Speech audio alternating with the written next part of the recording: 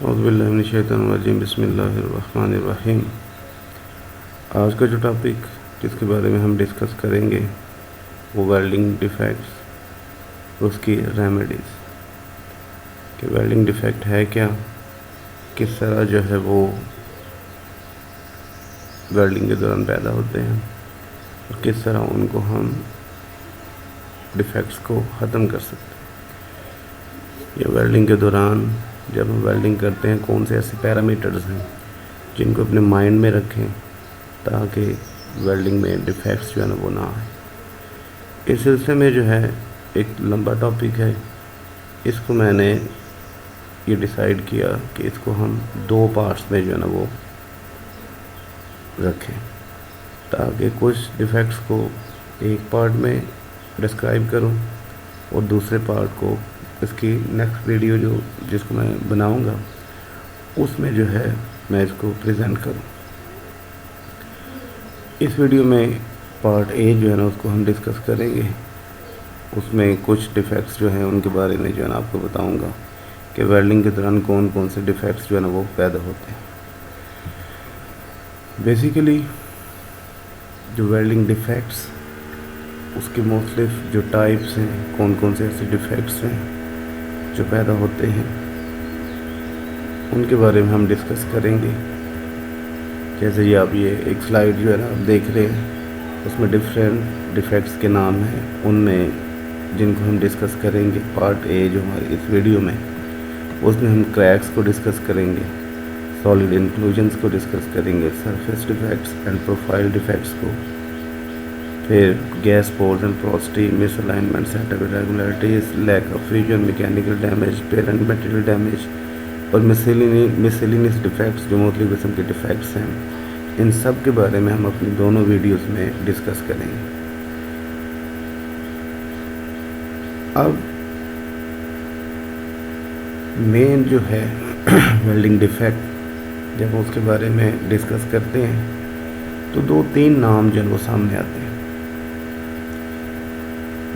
जब भी आप स्टडी करेंगे या मुख्तलिफ जो है वर्कर से, इंस्ट्रक्टर से मिलेंगे, वो मुख्तलिफ किस्म के वर्डिंग जो है ना वो बोलेंगे। एक है डिफेक्ट, एक है फ्लॉ, एक है डिसकंटिन्यूटी। अगर आप ये तीनों वर्ड्स जहाँ पे भी सुनेंगे तो आपके माइंड में ये आ जाना चाहिए कि एक ही चीज़ के नाम है, डिफेक्ट हो, फ्लॉ हो या डिसकंटिन्यूटी हो। बेसिकली जब भी डिफेक्ट का नाम आए, फ्लॉ का नाम आए, डिसकंटिन्यूटी का नाम आए तो उसको हम कैसे डिफाइन करेंगे। डिफेक्ट की डेफिनेशन है अ फ्लॉ और flaws that by nature are accumulated effect render a part or product unable to meet minimum applicable acceptance standards or specifications. The term designates rejectability. Defect जो है ना एक ऐसा flaw है या फ्लॉज है जो नेचुरली मटेरियल के अंदर भी पाए जा सकते हैं या फिर जब हम उनको उसकी प्रोडक्शन करें, उसकी मैन्युफैक्चरिंग करें उसके दौरान भी उसमें आ सकते हैं। और अगर वो defect to meet minimum applicable acceptance standards और स्पेसिफिकेशंस, अगर वो कम से कम ऐसे पैरामीटर्स जो ऐसे एक्सेप्टेंस क्राइटेरियाज हैं जो हमें स्टैंडर्ड्स या कोड्स बताते हैं।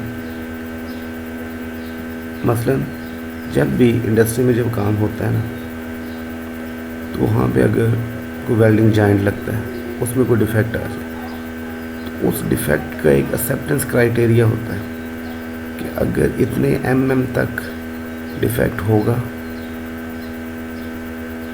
तो वो अगर उसे एक्सीड कर जाए, जो एक लिमिट जो एक स्टैंडर्ड हमें बताया हुआ है, अगर उसे एक्सीड कर जाए तो उसको हम डिफेक्ट की कैटेगरी में लेंगे। अगर उससे बिलो हो तो हम उस छोटे मोटे डिफेक्ट को नज़रअंदाज कर देते हैं कि कोड हमें कहता है, स्टैंडर्ड हमें कहता है कि आप इसको एक्सेप्ट कर सकते हैं, लेकिन अगर वो नहीं मीट करता उन स्टैंडर्ड और स्पेसिफिकेशन से, तो फिर हम उसको, जैसे ये लिखा है द टर्म डेजिग्नेट्स रिजेक्टेबिलिटी, तो वो वाला जॉइंट या वो वाला डिफेक्ट जो है, वो वाला प्रोडक्ट जो है, उसको हम रिजेक्ट कर देते हैं। ठीक हो गया जी। अब हम बारी बारी स्टडी करते हैं कि डिफरेंट किस्म के डिफेक्ट्स जो हैं वो कौन कौन से हैं। अब ये मुख्तलिफ़ किस्म के वेल्ड जॉइंट डिसकंटिन्यूटीज़, फ्लॉज या डिफेक्ट्स हैं, इनको हम बारी बारी जो है वो स्टडी करेंगे। ये मुख्तलिफ़ किस्म के डिफेक्ट्स हैं, misalignment, undercut, underfill, concavities, convexity, excessive reinforcement, improper reinforcement, overlap, burn through and so on and तक, ये सारे जो है ना आप इनको स्टडी कर सकते हो, इसमें से आप रीड कर सकते हो। जो सबसे पहले हम डिस्कस करेंगे वो है क्रैक्स। कि वेल्डिंग में जो वेल्डिंग जॉइंट्स जो हैं उनमें जो क्रैक्स होते हैं उनको हम सबसे पहले डिस्कस करेंगे। Cracks basically welding materials, welding joints में जो अकर्स होते हैं उनकी जो है ना दो क्लासेस हम उनको उसमें क्लासिफाई करते हैं, दो क्लासेस में। बाय शेप जो क्रैक्स आते हैं उनको हम स्टडी करेंगे, और बाय पोजीशन क्रैक्स जो है ना उनको स्टडी करेंगे। बाय शेप में लॉन्गिट्यूडनल क्रैक्स होते हैं, ट्रांसवर्स क्रैक्स होते हैं, ब्रांच क्रैक्स होते हैं और शेवरॉन। और बाय पोजीशन जो क्रैक्स हैं has mean heat affected zone. Heat affected zone आपको पता है कि क्या है, आगे जब वो फिगर आएगी उसमें से आपको मैं अच्छी तरह से उसको डिस्क्राइब करूँगा कि हीट इफेक्टेड जोन होता क्या है, सेंटर लाइन क्या है, क्रेटर क्या है, फ्यूजन जोन क्या है, और पेरेंट मेटल। बाय पोजीशन जो क्रैक्स आते हैं उनको हम डिस्कस करेंगे। अब ये जो आप एक फिगर देख रहे हो इसमें ये नंबरिंग है, आगे ये नंबरिंग में मुख्तलिफ़ किस्म के क्रैक्स जो है ना उनको हमने डिस्कस किया हुआ है। नंबर 1 पे crater crack, face crack, heat affected zone crack, lamellar tear, longitudinal cracks, root surface crack, throat crack, toe cracks, इन ये सारी टर्में जो है ना आगे मैं आपको इसके बारे में डिस्कस करूँगा कि ये क्या है। Transverse cracks, underbead crack, weld interface cracks और वेल्ड मेटल क्रैक्स, ये सारे क्रैक्स जो है इन फिगर्स में जो है ना अगर आप बाय नंबरिंग आप इनको देखें तो आपको सारे नंबरिंग के हिसाब से आपको क्रैक्स की पोजीशंस का पता लग जाएगा कि ये क्रैक्स कहाँ पे होते हैं। नेक्स्ट जो क्रैक्स हैं, जैसे जो इसके टाइप्स में था लॉन्गिट्यूडनल क्रैक्स, जैसे आप ये देख रहे हैं लॉन्गिट्यूडनल पेरेंट मेटल क्रैक। अब ये देख रहे हैं कि पेरेंट मेटल में जो क्रैक लॉन्गिट्यूडनल, आप ये समझ लें कि वर्टिकली जो क्रैक होगा, लंबाई के रुख जो वर्टिकली आपको ऐसे क्रैक नज़र आएगा उसको हम कहते हैं कि ये लॉन्गिट्यूडनल क्रैक है। ठीक है जी। उसके बाद ये ट्रांसवर्स क्रैक है, ये आप कह लें कि हॉरिजॉन्टली जो क्रैक जो है ना हमें जो नज़र आता है उसको हम कहते हैं ट्रांसवर्स वेल्ड मेटल क्रैक, जो वेल्ड मेटल के ऊपर होगा।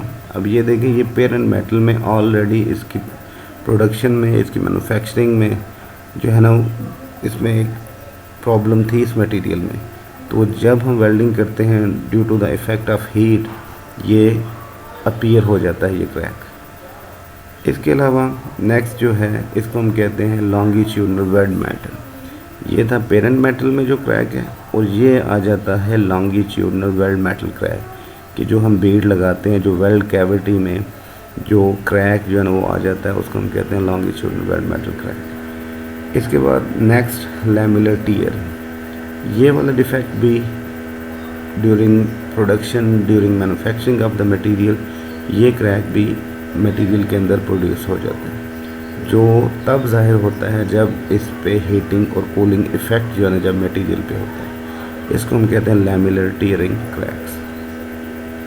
अब ये जो आगे ये जो आपको एक जो स्क्रीन जो है वो जो नज़र आ रही है ब्लैकिश एंड वाइटिश जो है आपको अपीयरेंस नज़र आ रही है, इसमें हमें कैसे पता लगेगा कि ये है क्या? पहले तो हमें इस चीज़ का पता होना चाहिए। आपने हमेशा याद रखना है कि जब भी इस तरह की आप फिगर्स देखें तो आपके जहन में रेडियोग्राफिक टेस्टिंग जो है ना वो आपके माइंड में आ जानी चाहिए। ये रेडियोग्राफिक फिल्म्स हैं, जैसे आपने एक्सरे फिल्म देखी होगी, सेम उस तरह जैसे खुदा ना खास्ता बाज़ का कोई क्रैश जो है, बंदा कहीं गिर जाए, बंदे का एक्सीडेंट हो जाए, इंसान का एक्सीडेंट हो जाए, कोई फ्रैक्चर हो जाए, तो डॉक्टर कहता है कि जी आप सबसे पहले जो है एक्सरे करवाएं।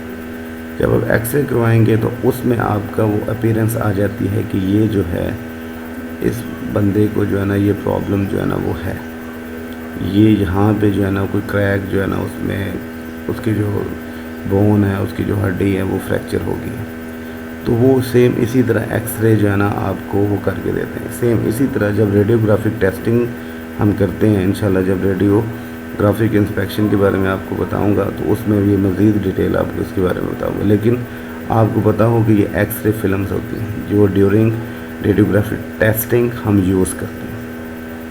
अब इसमें जो है हम ये दोनों जो है चेक करते हैं कि जब रेडियोग्राफिक टेस्टिंग होती है जॉइंट की, तो तब हमें ये जो है ये मटेरियल में जो जॉइंट्स में मौजूद जो डिफेक्ट्स हैं ना उनको हम ये देख सकते हैं। अब ट्रांसवर्स क्रैक, जैसे ये आप एरो देख रहे हो, ये आपको ये क्रैक्स जो है ना, जो कर्सर आप देख रहे हो, ये क्रैक जो है ना ये ट्रांसवर्स क्रैक है, ये क्रैक जो है ना ये क्रैक ट्रांसवर्स क्रैक है। इसी तरह लॉन्गिट्यूडनल क्रैक में आप देखो, आप इस ऊपर वाली फिगर में भी आप देखें, ये इस तरह का क्रैक जो है ना आपको ये नज़र आए। ये जो ऊपर वाली फिगर में जो क्रैक है वो सेम इसके ऊपर जो है ना वो शो हो रहा है। सेम इसी तरह लॉन्गिट्यूडनल क्रैक, अगर ऊपर फिगर देखें, ये आपको ये क्रैक एक नज़र आ रहा है, और इस फिल्म में ये क्रैक जो है जहाँ पे ये कर्सर को मैं मूव कर रहा हूँ ये है लॉन्गिट्यूडनल क्रैक। ठीक हो गया जी। इसके बाद आगे आ जाता है गैस कैविटीज़ के बारे में। गैस कैविटीज़ में बेसिकली आपने 3 वर्ड्स जो है ना आपने याद रखने, 3 किस्म के जो है ना डिफेक्ट्स जो है ना, एक है गैस पोर, इसको हम गैस पॉकेट भी कहते हैं, इसको हम पिन होल भी कहते हैं। ये 3 जो है ना एक ही चीज़ के नाम है। इसी तरह एक है दूसरा है उसको हम कहते हैं ब्लो होल। फिर तीसरे नंबर पे आ जाता है क्लस्टर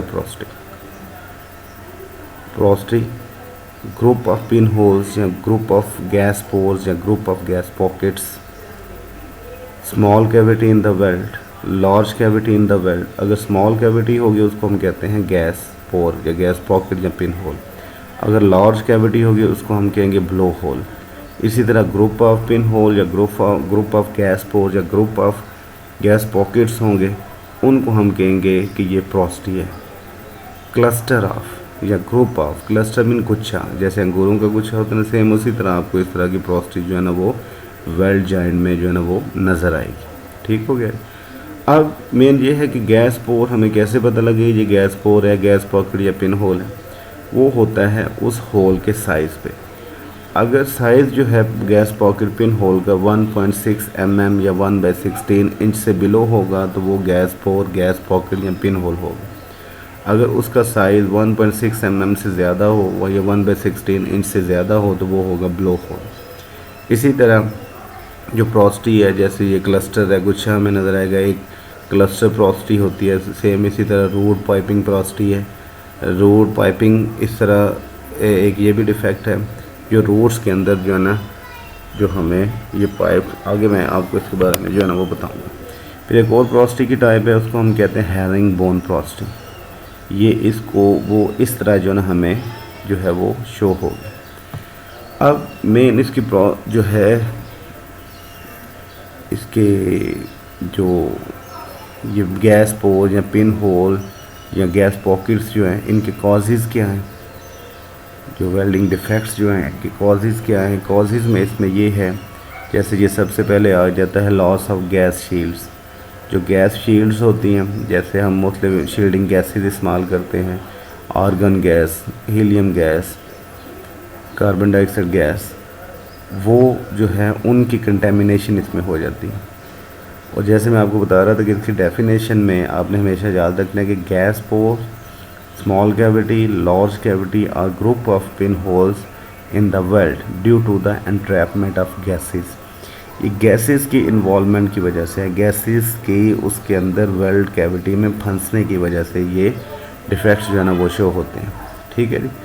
फिर दूसरे नंबर पर डैम्प इलेक्ट्रोड्स, अगर आप नमी वाले इलेक्ट्रोड इस्तेमाल करेंगे तब भी जो है ये प्रोस्टी ये वाले डिफेक्ट्स जो है वो फेस करना पड़ते हैं। इसके बाद कंटेमिनेशन। कंटेमिनेशन क्या है, हमेशा एक चीज़ याद रखनी है, जब भी आपको पढ़ाया जाता है ना, जब भी आपने जॉइंट लगाना है तो आपने हमेशा ये चीज़ याद रखनी है कि जॉइंट जो वर्क पीस है is free from dust, oil, grease, paint, crayon, इन सब से ये मटेरियल जो ना आपका पाक होना चाहिए, क्योंकि यही आगे आपके वेल्ड में जॉइंट में कंटेमिनेशंस पैदा करती हैं। कोई ना कोई उसके अंदर मिलावट जो इन चीज़ों की अगर हो जाए तो ये आपको फेस करना पड़ेगा। फिर इसके बाद आर्क लेंथ, अगर बहुत लंबी आर्क लेंथ होगी फिर भी ये डिफेक्ट जो ना आपको फेस करना पड़ेगा। आर्क लेंथ बेसिकली है क्या, the distance between the base metal to the tip of the electrode, electrode के सिरे से लेके बेस मेटल की तक जो है ना जो डिस्टेंस होता है उसको हम आर्क लेंथ। अगर आर्क लेंथ टू लार्ज होगी फिर भी ये डिफेक्ट जो है ना वो फेस करना पड़ेगा। फिर इसके बाद आगे आ जाता है डैमेज इलेक्ट्रोड फ्लक्स। अगर आप ऐसे जो है ना इलेक्ट्रोड इस्तेमाल करके जिसकी फ्लक्स कोटिंग ख़राब है तो उससे भी ये डिफेक्ट जो है ना फेस करना पड़ेगा। फिर moisture on parent metal, moisture अगर नमी वगैरह होगी पेरेंट मेटल के ऊपर, बेस मेटल के ऊपर, तब भी जो है इससे जो है मेन आपको ये डिफेक्ट्स जो है ना वो वेल्डिंग जॉइंट में आएंगे। मॉइस्चर बेसिकली है क्या, नमी है, वाटर है, पानी, उसमें हाइड्रोजन है, ऑक्सीजन है, गैसेस हैं जो इफ़ेक्ट करती हैं वेल्डिंग जॉइंट के ऊपर। वेल्डिंग करंट अगर टू लो होगी, बहुत कम करंट होगी, फिर भी ये जो है फेस करना पड़ेगा। ये वाले डिफेक्ट्स जो है ना वो वेल्डिंग में आ जाएंगे। ये आगे फिगर्स हैं गैस कैविटीज़ की, जैसे प्रोस्टी में बता रहा था, इस तरह आप जो है ना आपको ये क्लस्टर जो है ना आपको नज़र आएंगे। ज़रा आपने देखा होगा कि जब आप वेल्डिंग करते हो तो जब आप रोड पास लगाते हो, जो सबसे पहला पास जो लगाते हो, जब उसकी आप पेनिट्रेशन चेक करते हो, अगर आप उसके बैक में वर्क पीस के बैक पे देखें उसकी पेनिट्रेशन चेक करने के लिए, तो आप देखोगे कि कहीं पे जो है ना आपको इस तरह जो है ना इसमें स्लैग फंसा हुआ नज़र आएगा। इस तरह आपको ये जहाँ पे मैं कर्सर जो है ना कर रहा हूँ, इस तरह के सुराख जो है ना आपको लंबे लंबे से नज़र आएंगे। इनको हम कहते हैं रूट पाइपिंग। ये आगे आ जाता है। फिर वही आर्टी फिल्म्स हैं, उसके अंदर आप देख रहे हैं ये क्लस्टर प्रोस्टी आपको ये नज़र आ रही है, ये सारा कुछ ऐसा क्लस्टर बना हुआ है। और हैरिंग बोन प्रोस्टी, जैसे वो आपको एक पहले फिगर जो है ना वो दिखाई थी ये वाली, ये सेम आप देख रहे हो कि आर्टी फिल्म में भी इसी तरह के आपको जो है वो हैरिंग बोन प्रोस्टी जो है ना वो नज़र आ रही है। ये हो गए ये वाले जो सेम इस तरह जो है आपको वेल्डिंग जॉइंट्स में जो है ना ये नज़र आएगी। इसके बाद इंक्लूजन्स आ जाता है, स्लैग इंक्लूजन्स, जो नॉन मेटालिक इंक्लूजन्स भी हम इसको कहते हैं। ये आप देख रहे हैं, ये slag inclusion, non metallic inclusion आपने हमेशा याद रखना है कि जब भी आप मल्टी वेल्डिंग प्रोसेस कर रहे हैं, मसलन एक से ज़्यादा जॉइंट जो है ना पासेस आप लगा रहे हैं, थिकनेस प्लेट की ज़्यादा है, उसके लिए हमें मल्टी पासेस लगाना पड़ते हैं। और आपको याद होगा कि कौन कौन से पास होते हैं, आपने याद रखना है। सबसे पहला पास जो हम लगाते हैं उसको हम कहते हैं रोड पास। उसके बाद जो दूसरा पास होता है उसको हम कहते हैं हार्ड पास। उसके बाद फिलिंग हम करते हैं और एंड पे जो है ना ये आपको ऐसे ये कर्व जो नज़र आ रही है उसको हम कहते हैं, जो ये वाला पास होता है उसको हम कहते हैं कैपिंग। ठीक है जी।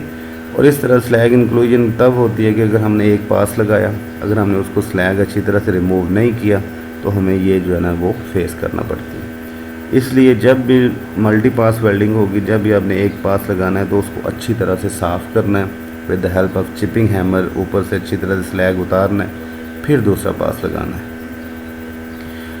जैसे ये slag originates from welding flux, वो जो मेन जो है इसके अंदर वो फ्लैक्स जो है वो फंस जाता है। हमने अच्छी तरह से अगर हमने वो स्लैग नहीं उतारा तो फिर हमें ये स्लैग इंक्लूजन जो है ना वो हमें ये डिफेक्ट जो है ना वेल्डिंग में आ सकता है। MIG MAG and TIG welding machine TIG welding process produce silica inclusions. ये जो है इसके बारे में जब टिग और मिग के बारे में बताऊंगा तो उसमें आपको मज़ीद इसकी डिटेल जो है ना वो बताऊंगा ये प्रोसेस है क्या। Slag is caused by इनएडिक्वेट cleaning. Slag जो है ना, जैसे मैं आपको बताया कि अच्छी तरह से आपने क्लीन नहीं किया तो उससे ये डिफेक्ट जो है ना आएगा। Other inclusion include tungsten and copper inclusion from the TIG and MAG welding process. इस प्रोसेस में जो हम वायर्स इस्तेमाल कर रहे हैं, जो टंगस्टन इलेक्ट्रोड इस्तेमाल कर रहे हैं, उनकी इंक्लूजन जो है ना वो भी हो जाती है अगर आपने प्रॉपर पैरामीटर इस्तेमाल नहीं कर।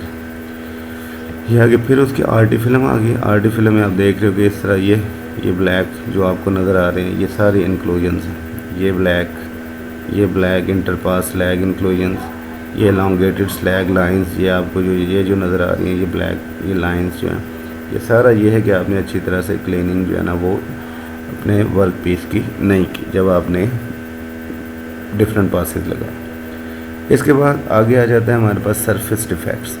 अब सरफेस डिफेक्ट्स में जैसे आप देख रहे हो कि इसमें क्या है कि इनकम्प्लीट फील्ड ग्रूव, जो आपने ग्रूव बनाया है उसमें आपने वेल्डिंग तो कर दी है, जब आपने एंड वाला पास कैपिंग वगैरह लगाई तो ये आप देख रहे हो कि ये यहाँ से जो है ना ये फ्यूजन ही नहीं हो। फ्यूजन का मतलब है कि यहाँ से मेल्टिंग ही नहीं हुई, ठीक है। Lack of side wall fusion, ये जैसे इसको हम इनकम्प्लीट फील्ड ग्रूव भी कहते हैं और लैक ऑफ साइड वॉल, ये वाली एक लाइन जो है ना ये इंक्लाइन जो है ये है, इसमें फ्यूजन ही नहीं हुई। Lack of side wall fusion, lack of inter run fusion, जैसे ये आप देख रहे हैं ये साइड वॉल यहाँ से फ्यूजन ही नहीं हुई, ये ऐसे ही है। फिर lack of inter run fusion, ये देखें एक पास जब आपने लगाया, जब दूसरा लगाया तो आपने सही तरह से नीचे से मेल्टिंग नहीं हुई, नीचे से जो पहली जो पास था वो फ्यूजन नहीं हुई उसकी, और वो ऐसे ही हमें इसमें नज़र आएगा। पोअर वेल्डर स्किल वेल्डर जो है ना, अगर उसकी स्किल ना अच्छी होगी, अगर वो स्किल्ड वेल्डर नहीं होगा, एक्सपीरियंस नहीं होगा तो ये चीज़ें फेस करना पड़ेंगी। इनकरेक्ट इलेक्ट्रोड मैनिपुलेशन, अगर वेल्डर स्किल्ड है तो अंडरस्टूड है उसको इलेक्ट्रोड को मैनिपुलेट करना भी नहीं आता, कि वो कितना बेहतर तरीके से उसको इलेक्ट्रोड रन करना ही नहीं आता। मैनिपुलेशन का जो है ना मीनिंग ये है। आर्क ब्लो, इसके बारे में आपको मैं बाद में बताऊंगा कि आर्क ब्लो है क्या। ये बेसिकली मैग्नेटिक फोर्सेस हैं जिनकी वजह से इलेक्ट्रोड जो है वो अपना जो डिफ्लेक्शन ऑफ द आर्क जो है ना अपने रास्ते से जो है ना वो हट जाती है। Incorrect welding current voltages, current जो वोल्टेज सबसे मेन इम्पॉर्टेंट जो वेल्डिंग के प्रोसेस में, वो भी अगर प्रॉपर आपने करंट और वोल्टेज सेट नहीं किए तो उससे भी ये जो है हमें फेस करना पड़ती है। इसके बाद इनकरेक्ट ट्रैवल स्पीड बहुत इम्पॉर्टेंट है कि आप किस तरह जो है ना अपने जॉइंट को एक यूनिफॉर्म स्पीड से लगा रहे हो कि आपकी स्पीड जो है वो ज़्यादा है या टू लो है।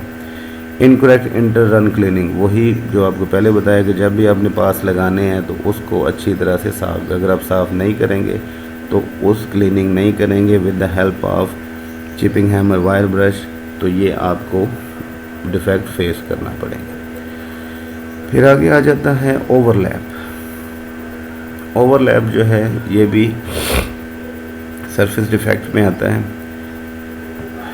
जैसे पीछे उन्होंने बताया एक था टो ऑफ द वेल्ड, ये वाला सिरा जहाँ पे ये कर्सर है ये इसको टो कहते हैं और ये नीचे इसको टो कहते हैं, ठीक है। सेम इसी तरह ये टो है और ये वाली साइड जो है इसको हम कहते हैं टो। जैसे वो पीछे हमने स्टडी किया, आपको बताया था कि टो क्रैक्स, अगर यहाँ पे कोई क्रैक आ जाएगा इसको हम कहेंगे टो क्रैक, ठीक है जी।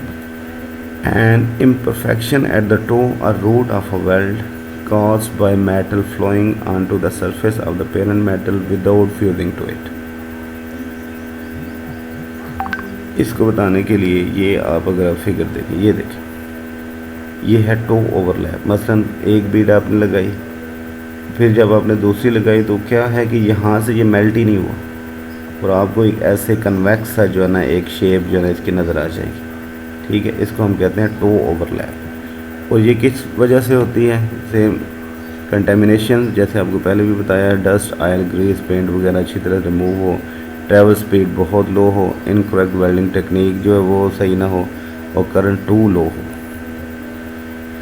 फिर इसके बाद आगे आ जाता है रूट डिफेक्ट्स में। आप देखें कि इसमें क्या है कि root incomplete root fusion, incomplete root penetration. अब देखिए इनकम्प्लीट रूट फ्यूजन क्या है, ये जो आप देख रहे हैं रूट पास आपने लगाया तो इसका जो रूट फेस है वो मेल्ट ही नहीं हुआ, इसको हम कहते हैं रूट फेस। ये जो दोनों साइड है जब हम बेवल लगाते हैं और ये इन दोनों के दरमियान जो डिस्टेंस होता है उसको हम कहते हैं रूट गैप। तो ये फ्यूज़ ही नहीं हुआ इसलिए हम इसको कहते हैं इनकम्प्लीट रूट फ्यूजन। अब ये इनकम्प्लीट रूट पेनिट्रेशन जब आपने पास लगाया तो रूट पास, तब क्या था कि आपने अच्छी तरह से उसकी पेनिट्रेशन नहीं हुई, उसके रूट फेस जो है ना उनको वेल्ड ही नहीं हुआ, वो फ्यूज़ ही नहीं हुए। तो इस तरह ये इस तरह के जॉइंट जो है इनकी स्ट्रेंथ बहुत कम होगी, क्योंकि इसकी पेनिट्रेशन जो अच्छी नहीं है। ये डिफेक्ट्स क्यों पैदा होते हैं? क्योंकि लो एम्पेयर वोल्टेज की वजह से, लार्ज रूट फेस, अगर रूट फेस जो है ना ये रूट फेस जो है अगर आप इसको ज़्यादा जो है ना बड़े बना दें, स्मॉल रूट गैप, अगर रूट गैप जो है वो कम हो, ट्रैवल स्पीड जो है, इलेक्ट्रोड आप तेज़ी से चला रहे हैं, इलेक्ट्रोड का एंगल सही नहीं है, कंटेमिनेशन वगैरह हैं और आर्क ब्लो की वजह से ये डिफेक्ट्स जो है ना हमें फेस करना पड़ते हैं। ये देखें रूट डिफेक्ट्स में क्या है, लैक ऑफ रूट फ्यूजन, ये देखें लैक ऑफ रूट पेनिट्रेशन, ये देखें पेनिट्रेशन सही नहीं हुई। और ये देखें लैक ऑफ रूट फ्यूजन का क्या मतलब, ये देखें ये पूरी, ये अगर हम इस प्लेट में देखें तो ये पूरा इसका एज जो है ना वो मेल्ट ही नहीं हुआ, ये कहलाती है लैक ऑफ रूट फ्यूजन। इसके बाद नेक्स्ट आगे आ जाता है, अगर हम इसको आरटी जब हम इसकी करेंगे तो उसमें हमें ये मज़ीद वाज़ेह हो जाता है।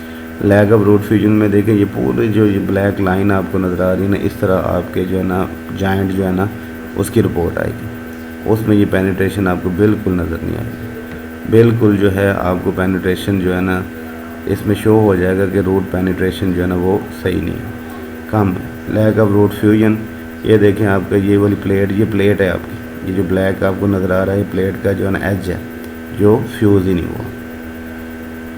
इसके बाद आगे आ जाता है प्रोफाइल डिफेक्ट्स हैं। प्रोफाइल डिफेक्ट्स मीन, इसका मतलब क्या है कि जो शेप होनी चाहिए वो हमें शेप नज़र नहीं है। जैसे देखें ना ये एक कैपिंग की एक शेप होती है बिल्कुल कैप की तरह, लेकिन ये इनकम्प्लीट फील्ड ग्रूव है, ये आप देख रहे हैं पोर कैप प्रोफाइल। ये कैप जो देखें इस तरह जो है ना अनस्किल्ड वेल्डर जो है इस तरह की कैपिंग होती है। एक्सेसिव कैप हाइट, ये देखें बहुत बड़ी कैप जो है ना, अब अकॉर्डिंग टू स्टैंडर्ड इसकी ये जो कैप है, जो कैपिंग हम करते हैं इसकी एक according to the thickness of the material इसकी एक स्टैंडर्ड जो है ना एक हाइट होती है। अगर इसे एक्सीड कर जाएगी वो भी एक्सेसिव हाइट में आए, कैप हाइट है एक्सेस हो जाएगी तो उससे ये है कि आपका ये जॉब जो है ना वो रिजेक्ट जो है ना वो हो जाएगा। ठीक हो गया जी। इसके बाद नेक्स्ट जैसे ये आरटी फिल्म में आप देखें एक्सेसिव कैप रीइंफोर्समेंट, ये देखें ये एक्सेसिव कैप, ये देखें इधर काफ़ी फैला हुआ जो है ना आपको ये फिल्म में नज़र आएगा, ये एक्सेसिव कैपिंग जो है ना ये शो कर रही। इनकम्प्लीट फील्ड ग्रूव, जैसे आपको मैंने पहले बताया, ये देखें ये ग्रूव जो है ये इसको सही तरह से फिल ही नहीं किया गया, फिर एंड वाले कैपिंग जो है ना वो सही तरह से की नहीं गई। ये देखें पुअर स्टॉप स्टार्ट्स, पुअर, ये भी प्रोफाइल डिफेक्ट। मसलन आपने स्टार्ट जब एक इलेक्ट्रोड आपने चलाया फिर उसका एंड जहाँ आपने किया वहाँ पे आप देख रहे हैं कि अगर आप प्रॉपर तरीके से आपने इसको सही तरह से जहाँ आपकी वेल्डिंग ख़त्म हुई, इलेक्ट्रोड ख़त्म हुआ, वहाँ से इलेक्ट्रोड आपने नया रन करना था लेकिन आपसे सही तरह नहीं हो सका, तो उससे इस तरह के जो है ना डिप्रेशन जो है ना इसमें नज़र आ जाएंगे। ठीक है जी। तो ये भी इसकी स्ट्रेंथ को कम करेगा, आपकी जॉइंट की स्ट्रेंथ को कम करेगा। ठीक है जी। ये थी आज के जो है डिफेक्ट्स के बारे में। अगर किसी किस्म का क्वेश्चन हो आपने जो है लाजमी जो है उसमें करना है, कमेंट्स में करना है। ठीक है। फिर इसके अलावा फिर आपका जो है thank you for watching and kindly subscribe, like and share this channel. अपने जितने भी दोस्त हैं, फ्रेंड हैं, वेल्डिंग के रिलेटेड जितने भी दोस्त आपके क्लास फेलोज़ हैं उनको आपने बताना है ताकि मैं चैनल जो है आपको हर वीडियो जो है ना आपको मिलती रहे। ताकि जैसे ही आप यूट्यूब का चैनल जैसे ही ओपन करें आपको एक जो है ना मैसेज आया हो कि ये नई वीडियो जो है ना वो अपलोड होगी। Thank you very much. अल्लाह हाफिज़।